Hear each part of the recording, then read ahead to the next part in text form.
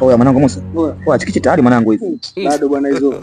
Wewe shauri yako baki hivyo hivyo. Domo litawasha, domo litawasha. Oya vipi? Oya.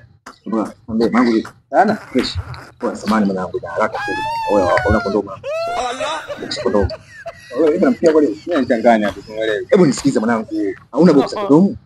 Unataka box au unataka kondomu? Nataka kondomu. Box zima kondomu ile bwana. Ukizima kama unachelewesha kama unaye mwanangu basi nipatie mwanangu. Najua mimi kondomu box moja tu pakiti moja tu ile pale ya buku. Kwa hiyo nataka box mbani tena? Mimi nataka kondomu, box ya kondomu mwanangu nisaidie. Oya kama unaye mwanangu nisaidie basi. Hapo kwa serious kabisa ni box ya kondomu. La nini? Ina maana yake kazi ya kondomu mjui bwana. Mimi najua mtu anatoa nani pakiti zake mbili. Nataka box zima. Sikiza mwanangu wenyewe wanangu. Mimi namshanga sana mwanangu. Namshanga alafu mshanga nasikia una ngoma. Yaani hivi kabisa una ngoma hapo sasa huyu hapa. Mshanga tumejatia hapo. Oya huko sasa. Nino nigu. Huko. Kwa hiyo sasa nataka box ya kondomu na nini? Ndio hiyo si ngoma. Sasa nani kumwacha kwangu jana? Nataka nipige kondomu hizi.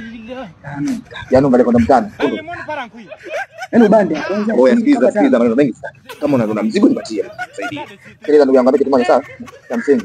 Ndio dukani kanunue ile box. Mwanangu mpaka nimekuja kwako mwanangu sielewi sasa hapa mwanangu. Mimi sina nishamaliza. Tena kana dukani. Wewe mfuko. Nenda dukani. Wewe unauliza nenda dukani?